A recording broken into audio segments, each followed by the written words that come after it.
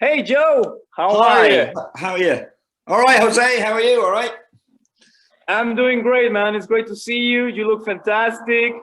You look young. You look vital. You look energized, and you look very cosmic. What's going on with you?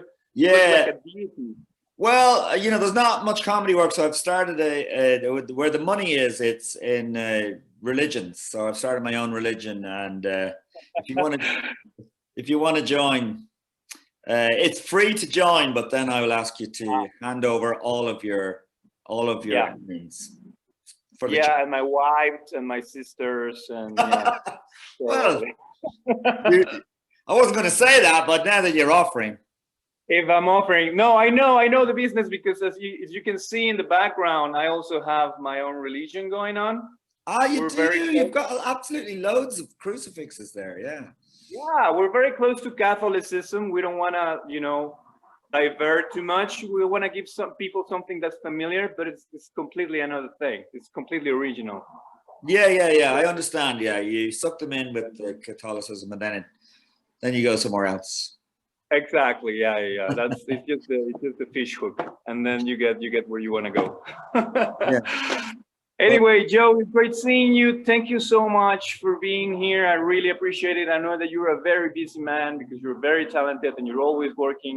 So these minutes that you give me mean a lot to me. Um, Let me introduce you. Welcome, people, to my newest episode of just another interview for YouTube. This time with the fantastic Joe Rooney. Let me tell you something about Joe Rooney. Joe Rooney, I mean, he's an Irish legend. He's one of my favorite comics out there right now, and he's very prolific and he's very very talented. I don't say this about everyone. It's true. You can watch my other interviews. For the other guys, I'm just gonna say, oh, he's a really nice guy. Oh, he's very funny. But for Joe, I'm really putting my hands down and my hat off and saying that this guy really has got something special. Um, I agree. and we did a tour together, and we're gonna do another tour, and we're gonna talk about that in the future. But for now, please welcome Joe Rooney. And again, I'm so flattered and thankful to have you here. Joe, I want to ask you about you. Tell us a little bit about you, so that people who still don't know you Okay. get to Yeah. know you. What have you been doing? What are you doing? Yeah. Well, I am a stand-up comedian, but a lot of people know me from a show called Father Ted, which is where I played a priest called Father Damo, and I actually just did one episode of it, but the character was quite popular, so a lot of people know me from that character, particularly people from Catholic background. It was a comedy, but it was Yeah, a priests, and even when I did the fantastic big show, by the way. yeah, Fantastic show, round show. And you were kind of like the rebel one, right? Because you were like the young rebel who went there like, fuck, I don't give a shit or anything. Yeah. yeah, like a kind of priest that doesn't really exist. Like, he's a priest who's like, Yeah. feck off, didn't care. Just play Yeah. football. He was just like a kid who wanted to play football and smoke cigarettes. Oh And yeah, that's true. Yeah. so, but yeah, I mean, I did that over 20 years ago, and it's still the thing that most people would know me from. In fact, I even do shout outs. I know, you have Cameo in America, and where celebrities do Yeah. shout outs. So there's one here called irishfy.com. So a lot of Irish people do it, and Oh. especially Irish people who aren't living in Ireland. And so I just get requests. I do them. I shoot them on the phone, and I don't know, about maybe 10 a month at the moment. It only started a few months ago, and it's handy Right. for lockdown because I can just do them here. And Yeah. yeah. And how do you feel about that? Like, how do you feel with the fact? What's your relationship? Because you're a very good actor. I know that you are. I've seen your reels, and I've seen that you have very like serious drama roles in your past. So Yeah. I imagine that you take it seriously. So what do you think about the character Father Damo? Like, what's your relationship with him? No, it's 20 fine. years. Yeah. No, I'm okay with it. I mean, it's not just happened to me. It's happened to a lot of people who did that particular show. I mean, there's a Right. lot of serious actors who do Shakespeare or whatever. They did a role on Father Ted, and that's what people know them as. So it's just that kind of show. You know, it was so popular, and people loved the characters. Were so well written. People loved them. They just love the characters, Yeah. so it's fine. I've in fact You're probably happy to made do it. more Yeah. You're money still out of it. happy to do it, and you're still happy to give the people what they want. Yeah, absolutely. And I mean, it is, and I love the character. It'd be shit if I didn't like the character, if I hated the show or something. yeah, exactly. Yeah. That'd be awful.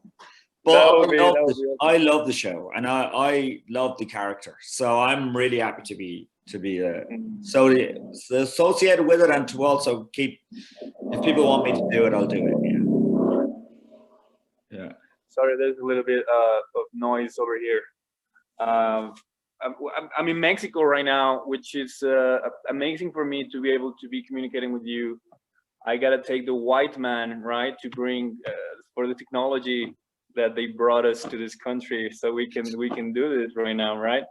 But I guess the other day someone told me that I'm a passing white man, and I'm racially ambiguous, which really I felt very flattered. I felt very. It's fantastic. It's great.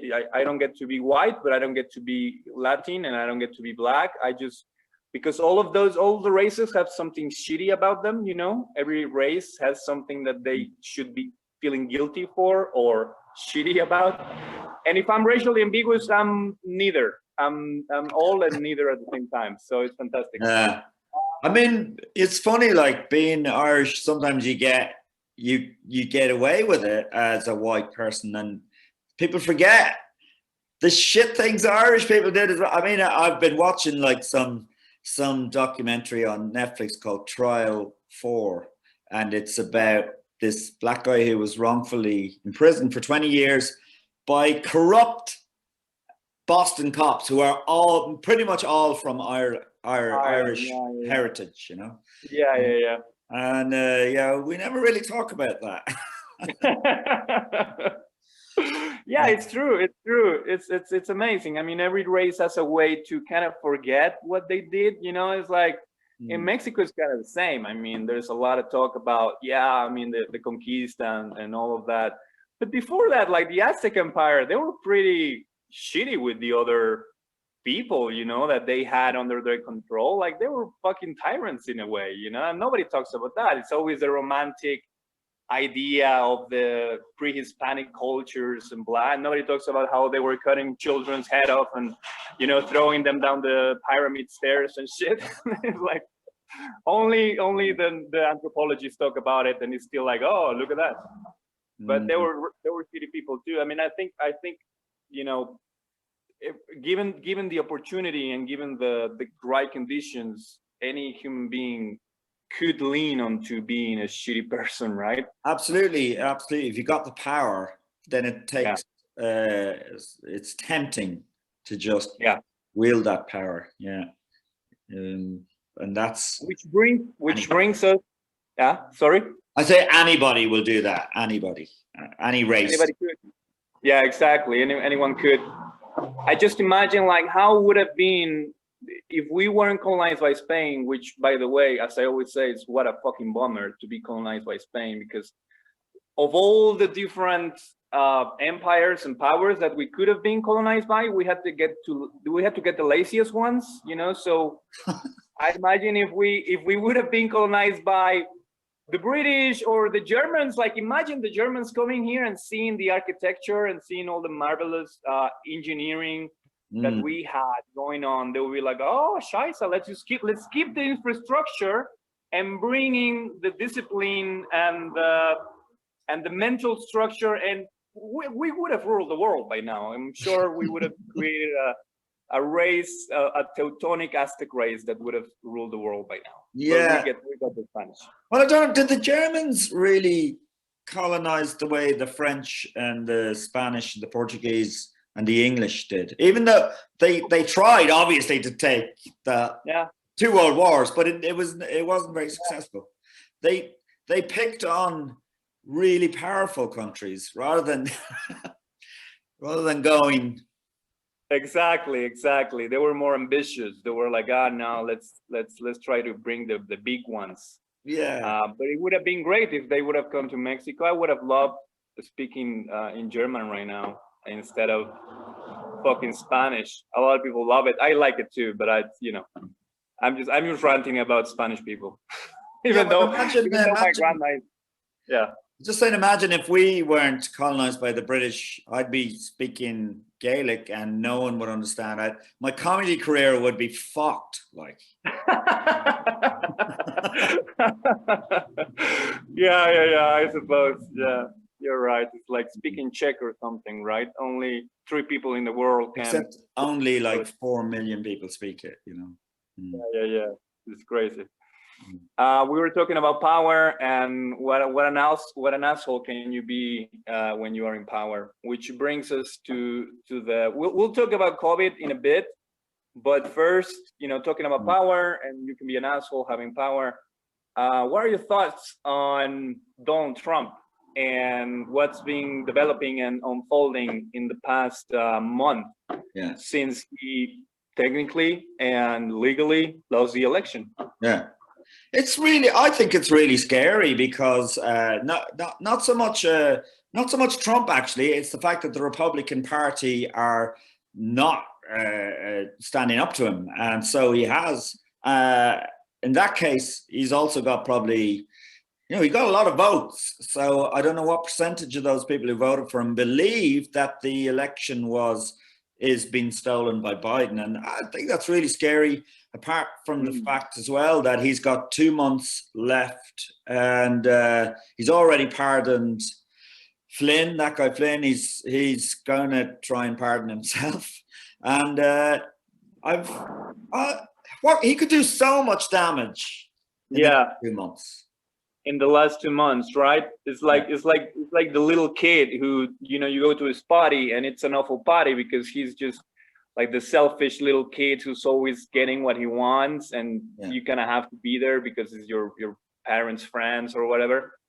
And the party's about to be over, but then the kid just does fucking havoc and wrecks the fucking place in the last 2 hours of the party, right?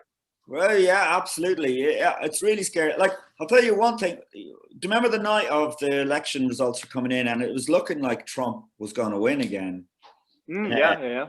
And I couldn't sleep. I couldn't sleep that night. I was checking the phone every, 5 minutes. And then when I did sleep, I had awful dreams. I had nightmares about nuclear war and everything. Not that, Wow. And then the whole of the next day, I had an awful headache. And it really was that bad. I mean, if he had won, it's bad now, but fuck, man, if he'd won. Because he would not tackle the climate change. Another 4 years going probably backwards, going more towards coal and oil and all that. And we've got our racists here in Ireland and obviously all over Europe. And you can't argue if you start arguing with them, and then they can just go, well, look, Trump's in power, and he agrees with me, and it's all over the world. Like Bolsonaro in Brazil as well could look to Trump. And the guy is in India as well. He's a bit of a dictator or whatever. The Turkish guy, there's Poland and Hungary, and I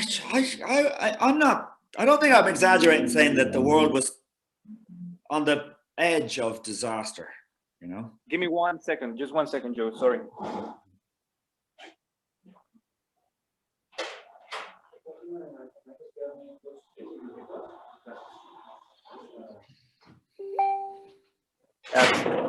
Sorry, man. All right. Okay. So what you're saying is that the most dangerous thing about him, or one of the most dangerous things, was that his sole presence was kind of legalizing, or at least morally legalizing, the other shitheads going on about doing their shithead stuff. Yeah, I think he gave them confidence. It's surprising how many racists have come out of the woodwork now since when Trump was in, since he got in, because they feel confident to say stuff that I didn't know. Obviously, no one knew they were thinking. You know, people on Facebook and stuff. And another thing as well, people will believe in all sorts of conspiracy shit. And Trump was encouraging that. He was encouraging the QAnon stuff. Oh yeah. And saying that all media are against him. I mean, he's fucked, man. He's so I've had a few arguments on Facebook. Like, a day or two before the election, I just said, look, if I have any American friends who haven't made up their mind yet, can you please vote for Biden? I think it means, you know, for the reasons I just stated. And of course, I got lots of people saying yes, yes, and then you got people who are pro-Trump, and we're nasty. I saw that post. Yeah, you saw that post. There were some. You have a couple of interesting people commenting there. Interesting stuff. Yeah, well, I mean, I had just mad shit. One woman said Biden is a child molester. Like, she believed it was true. It was proven or something on some stupid website. And then there was a couple of just crazy people saying, you know, and one woman who said Biden will bring up the minimum wage for like people who work in supermarkets. So we'll all have to pay extra for our food. I mean, what a fucking bitch. Doesn't make a lot of sense. That's the problem, right? Because it's like, it seems like, I don't know if it's because of Trump. I don't want to give him so much credit for that. I think Trump is, my personal take is that he's just a manifestation of the era or the times that we're living in globally as you know, as a race, as humanity. In terms of, I think he was the biggest manifestation of the person who will, you know, always precede feelings and beliefs before facts. Yeah, you know, it's like the rupture of reality in a way that we have agreed that works upon, you know, like the scientific method of trying shit and seeing if it's true or not, and looking for facts and proofs and shit. Like, all of that slowly went out the window, and just Trump came and represented all that, and he's like, you know, feelings and beliefs are more important than real stuff. Yeah, true. I wonder if, though, in the long term, it might have been a good thing, because it made a lot of us realize that there's a lot of racism out there. You know, it probably didn't really accept that there was, you know. A lot of people, white people, didn't they? Yeah, of course. Yeah, and it's always been there, and it's very structural. And I've always known about it. I have American family, but like real American family, like they've been there for generations, and they're like white as yogurt. And and you know, they I've been there a couple of times. It never seemed like a good place to live for me. I never wanted to live there. I always, you know, I keep hearing terror stories, you know, from Latin people who live there, and they realize just how ingrained in the wheels of the system racism really is. It's just a structural mentality of, like, you know, like if you were in India, you have the caste system, right? And over there it's very clear, and it's just like that. Well, in the US, it's also there in their minds. Legally, it's not supposed to be there, right?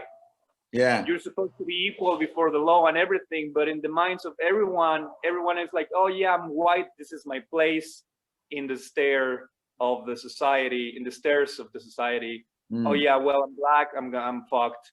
You know, well, I'm Latin. I'm kind of fucked, but I can still do some things. But this is my place. So everybody has that in their head, whether they realize it or not, but it's there, it's palpable. You can feel it every time you talk to someone, every time you speak with someone, even white people who mean well.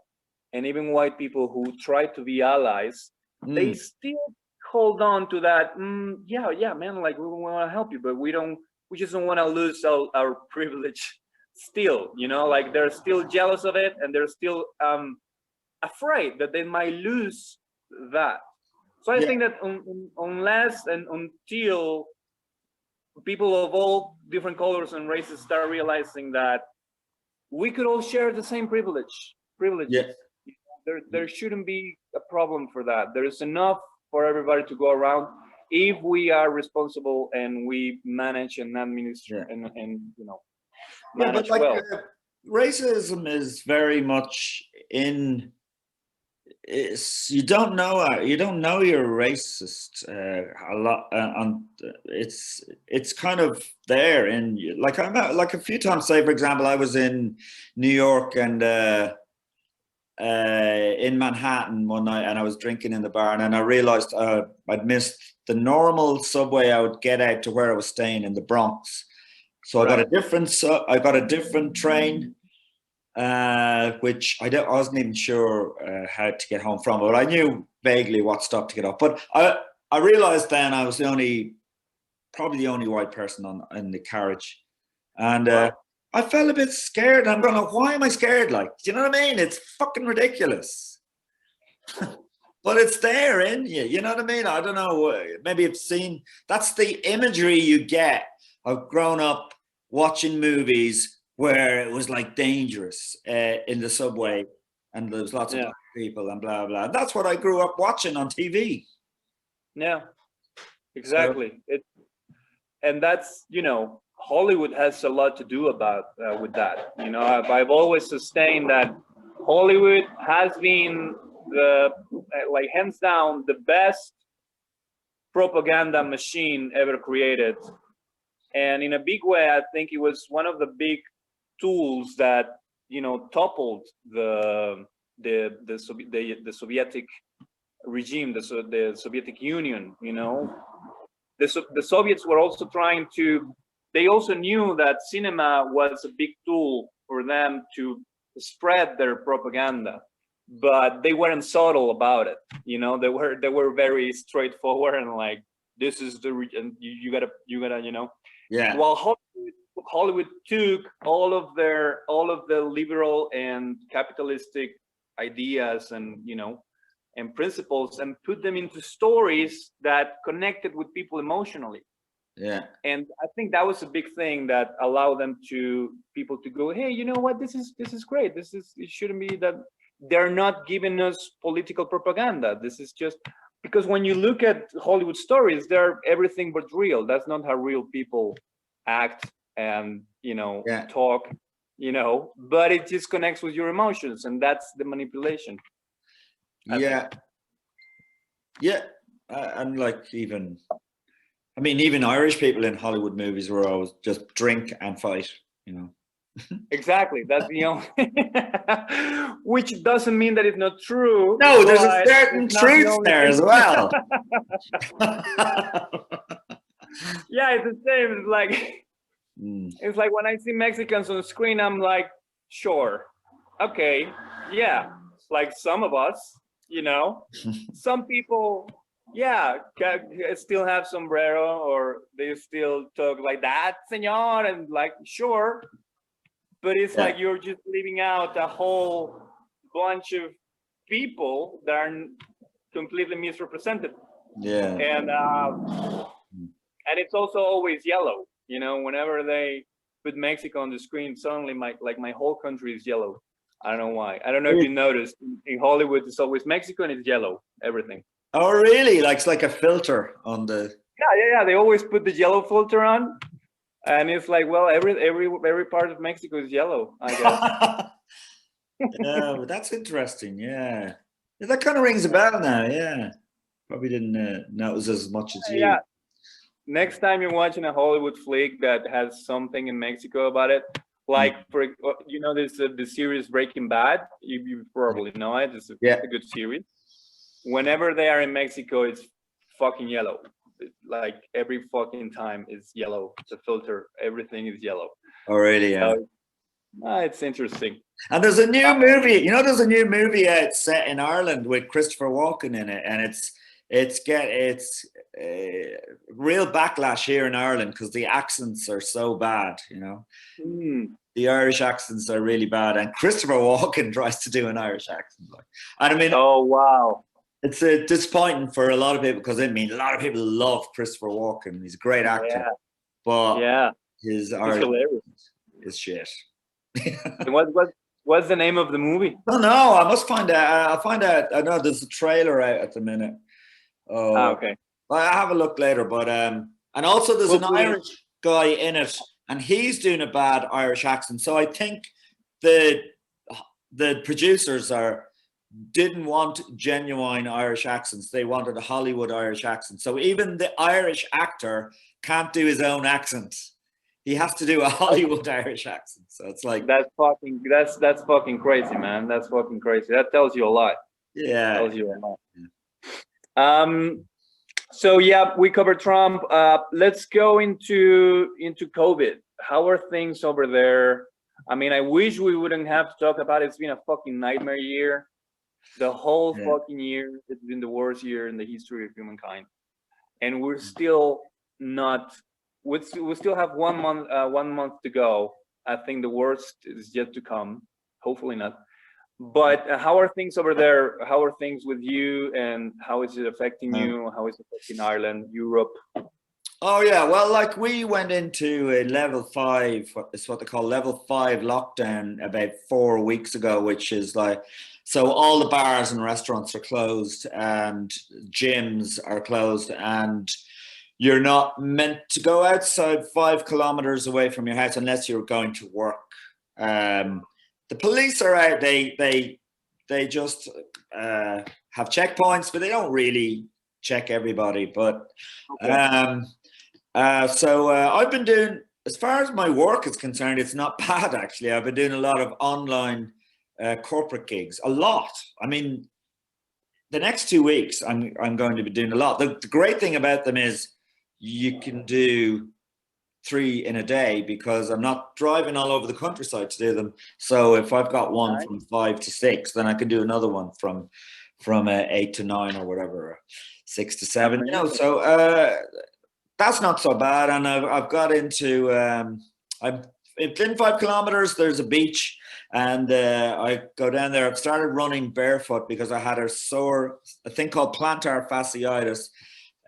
Which is sore, soles of your foot is really sore.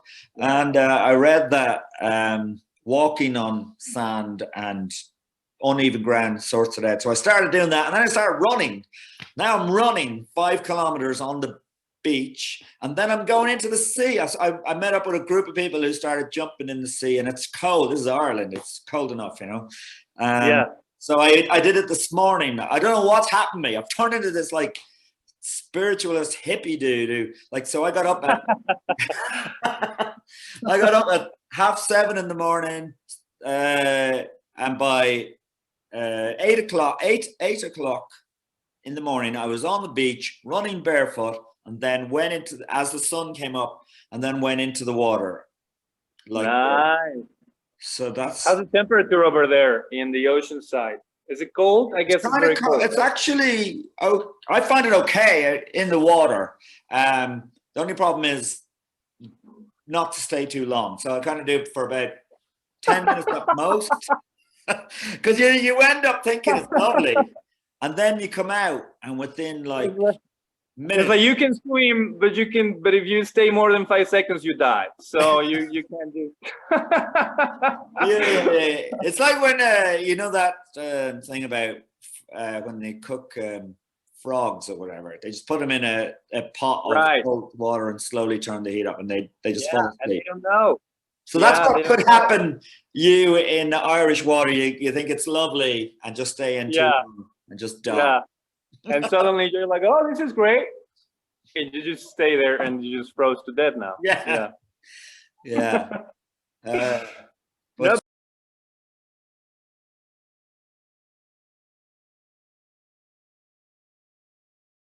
Love it. I wanted to ask you about the corporate gigs and this as a comedian.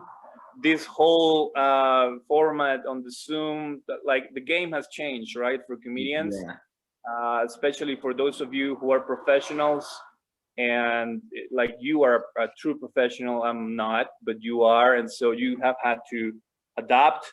How has been that for you?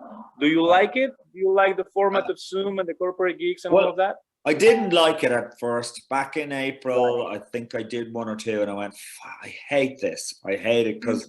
because I was performing like I was on stage. So you kind of hit a punchline and you expect a laugh, like, and Yeah, yeah, there's nothing there. So I'd say once I kind of realized, oh, what I need to do is just chat, and I'm doing some material, and then I chat to somebody, or but at least even when I'm doing the material, it's not like it's like maybe like a funny monologue, but not like a stand-up show. So you funny, right, making funny observations, but not expecting you don't leave a gap for a laugh. right. For the So lab. Yeah. so since I've discovered that I'm enjoying them a lot more. Now I'm doing corporate gigs, so every now and then one of them is going to be absolutely awful. I know that. I mean, you're on Zoom, and if I did one earlier on, like about 2 months ago, that was awful. I'm doing my stand up, and then I see a woman just feeding her baby, and not really watching the screen. You know what I mean? Like it's weird. Or you just Yeah, see people checking their phone. You know, they're just checking their phone. And exactly. if that happened in a club, you'd like pick on them. You'd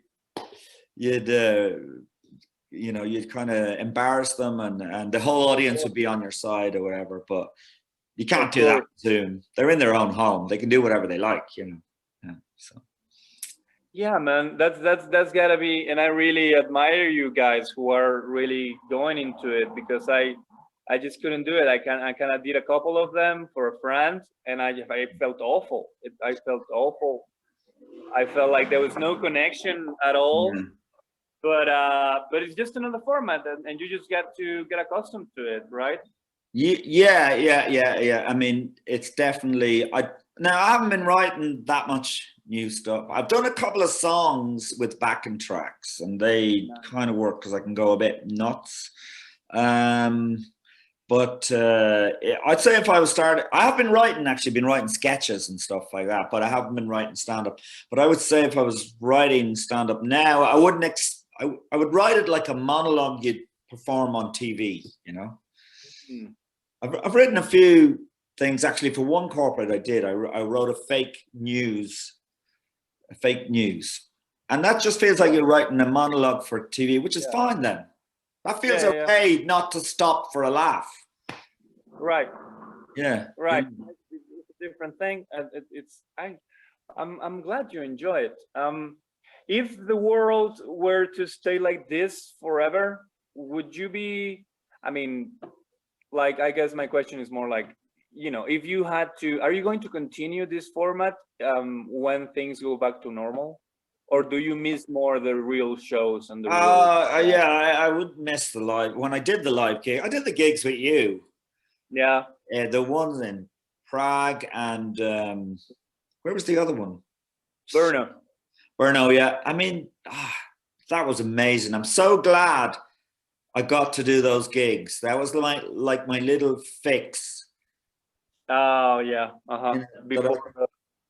Hmm. because you think you might lose your touch as well. You go, maybe I'll be shit. Like, Yes, and it's just yeah. good to know. Then I think I had five, but like the ones in Czech Republic. Bratislava were very small audiences, but they were good for warm up. And then when I Hmm. got to Czech Republic, I was so happy after that last gig in Prague. I was amazed. So thanks, Jose, because that was just brilliant. No. Thank you. You really graced us with your presence, and they were both of them were fantastic shows. I remember even in Brno, you went on for, I don't know, you overdid it. You overkilled it, because you were on for 24 more minutes, and it was because people were so fucking in love with everything that you were doing, that both of you, the audience and you, just kept on, and nobody cared about time or about anything, and they're just a fantastic time. All right, cool, thanks. I mean, I think also audiences are so happy to see a live event as well, because they haven't maybe haven't seen anything in a while. So yeah, we got a nice window there, I think, because things really changed very quickly after that, didn't they? very quickly. Yeah. But that's why we're gonna have a second tour through more countries. Of course, we're gonna go to the Czech Republic.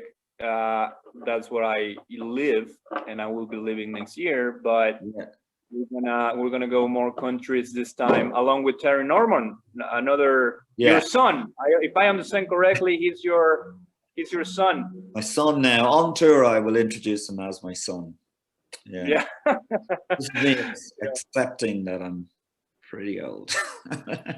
Well, and you, but I mean, I'd love to see you doing loads of gigs, because you know I love your stuff. So and I think, you know, more gigs you do, the better you get. So yeah, I'm doing a gig. I'm doing a gig this Thursday here in my home state. My home city is Oaxaca. It's in the south. It's and it's the capital city. And there's a funny story that I can tell you, because the owner of the bar, the club that we're gonna do the show in, it's an Irish guy. His name is Gary, and he immigrated here to Oaxaca like 5 years ago for a Mexican girl, as it goes usually, right? And I'm like, hey, who's taking our women? You know, is it really us who's taking our women, or is it the other way around? You know. But no, like he's a fantastic guy, and he actually knows you in person. He told me to tell you this. Really? Because yeah. He told me that he was a roadie in one of your gigs, like a long time ago. You were kind of touring with your band, or with a band or something. Oh, with the band that long ago? Yeah, with the band, and he was one of your roadies. You know, like he was carrying the equipment, and he was a young guy, and he was like, oh my God, Joe Rooney. And when I told him, oh, I know, you know, Joe Rooney, we're gonna do a tour and blah blah, he just started inviting me Guinness. So I have to thank you for that. Oh, nice one. Yeah. What's his name again? What's his name? His name is Gary. I don't remember exactly. I don't know if I even pronounce the surname. Sorry, but I'll write you. Maybe I can put you guys in contact. He will be very happy. Yeah. Because that band that was like 30 years ago. We had an album that was never released, and we are going to release it to 2021. So I could send him a copy or something, you know. Oh, he would be very, very thankful for sure. Yeah. I'd love to do gigs in Mexico. I mean, obviously financially it wouldn't be viable, but I'd just love to go to do a gig anyway, and then as part of a holiday or something. You know? Exactly. You know, I'm a tourist guide here. I'm bringing. In December I'm going to bring a group of 5 Slovak people who are going to come, and I'm going to show them around. So maybe one day we can find a couple of a group of Irish people. You can come over, have a fantastic holiday. I can show you around. We can have a couple of gigs. That'd be amazing.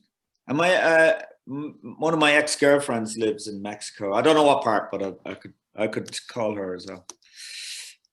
I know she bought a house in Mexico. So yeah, well, there you go. We can have an old flame. Yeah. But nice. Fantastic. I mean, obviously, most welcome. I feel like once this is over, I really want to travel. Like, I just so want to travel. I'm sure loads of people feel the same, you know.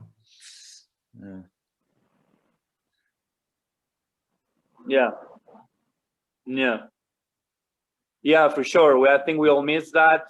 But what are your thoughts? Just to finish up this interview, I want to ask you about your thoughts on the future of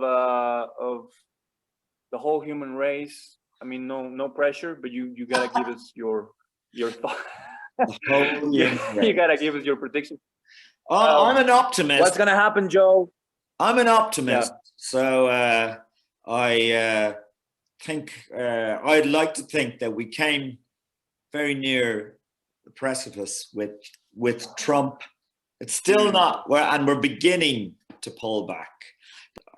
I'm an optimist, and that it might be a good thing that we saw how delicate democracy is, and that we need to protect it. And as long as we can stop the whole icebergs melting, we might. Yeah, well, be okay. that's important.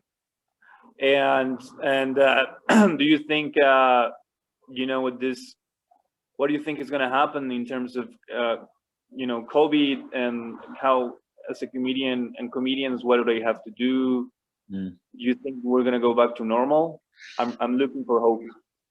Yeah, no, I don't see why not. I think I'm sure if enough people take the vaccines, that I imagine people are desperate to get out and see live music and comedy and all art forms.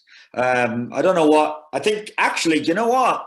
Stand-up is probably one of the first things to come back, because it's one person on stage. It's not like a band where there's loads of people near each other and stuff. Yeah.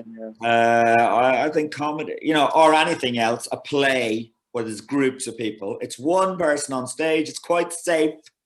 Yeah.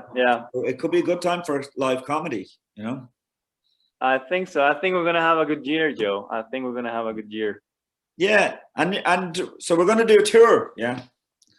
Yeah, we're going to do a tour. People who are seeing this, who are watching this, thank you very much. And keep, there, because we're going to do a tour around Central and Eastern Europe, and also a little bit of Western Europe.